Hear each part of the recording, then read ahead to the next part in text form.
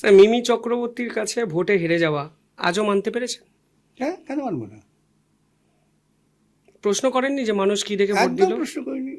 আমি মেনে নিয়েছি, মানুষের রায় মেনে নিয়েছি, এবং আমি জেনেছি কেন হয়েছে। কেন হয়েছে স্যার? আজও বলতে পারি।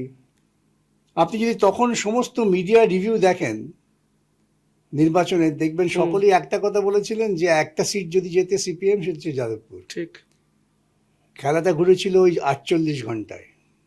ওরা কি এমন করলো যেটা আপনি আমাকে পারলেন না? বলছি তো, আমাকে আর কর্মীরা এসে বললো, স্যার পাড়ায় পাড়ায় গ্রামে গ্রামে যৌথভাবে ঘাসফুল এবং পদ্মফুল তারা প্রচার করছেন। কি প্রচার?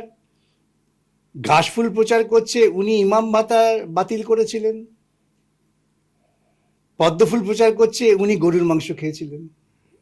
এই দুটোর যুক্তি নেই, কিন্তু প্রচারে সুরসুরি আছে। আর যৌথভাবে করেছেন, সেখানে কোনো আপত্তি হয়নি। একসঙ্গে, আমি কি বলতাম একসঙ্গে না, একসঙ্গে। অর্থাৎ এই ধর্মীয় সংস্কার এবং যে অনুভূতি, অযৌক্তিক কুসংস্কার, তাকে আক্রমণ করেছেন একজন মানুষ, দুপক্ষকেই। অর্থাৎ তাকে ঠেকাও। দেখবেন আমার বিরুদ্ধে একটা প্রতিনিয়ত প্রচার হয়, উনি ধর্মতলায় গরুর মাংস খেয়েছেন।